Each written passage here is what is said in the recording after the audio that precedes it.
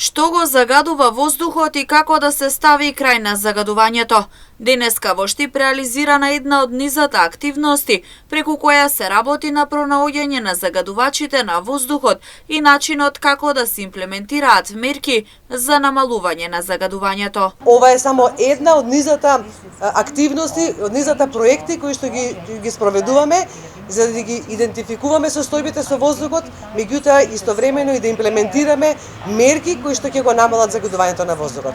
Преку примери како се намалува загадувањето на воздухот во Шведска, на пример, амбасадорката Ларсон потенцираше дека од големо значење е да се применат мерки во државите од Западен Балкан.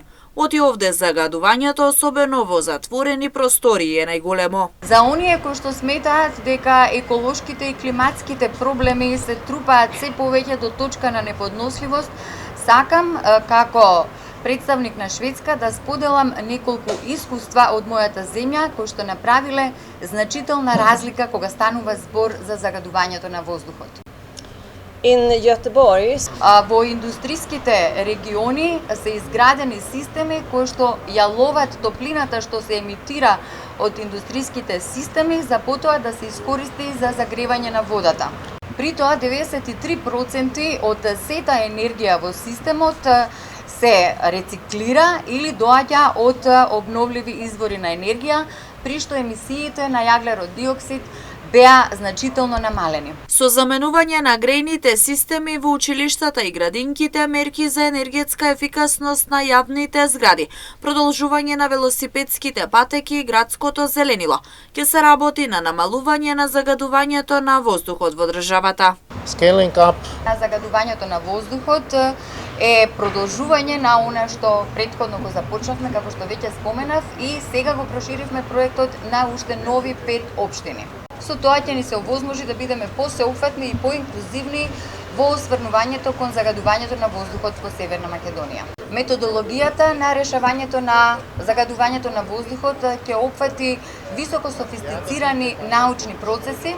Се стремиме да ги здружиме знаењето, институционалните знаења, визијата и активизмот заедно за да го решиме ова прашање. Со помош на ваквите проекти на Штипскиот универзитет му се нуди можност за полесно да ги детектира загадувачите на воздухот и да реагира на истите. Универзитетот Гоце Делчев во рамките на овој проект работи на два дела, фокусирани пред се на идентификација на изворите на загадување и на квалитетот на воздухот во затворени простории. Овие проекти ни овозможуваат значително да го зголемиме капацитетот на научни анализи кои што може да ги спроведуваме, но и не овозможуваат да обезбедиме податоци за креаторите на политиките и за локалните самоуправи кои што ги контролираат училиштата и просториите во кои што ќе се вршат анализите. Проектот Справување на загаденоста на воздухот е финансиран од Шведска, а во партнерство со Министерството за животна средина. Истиот се спроведува од UNDP во 5 општини во државата, меѓу кои во општина Штип.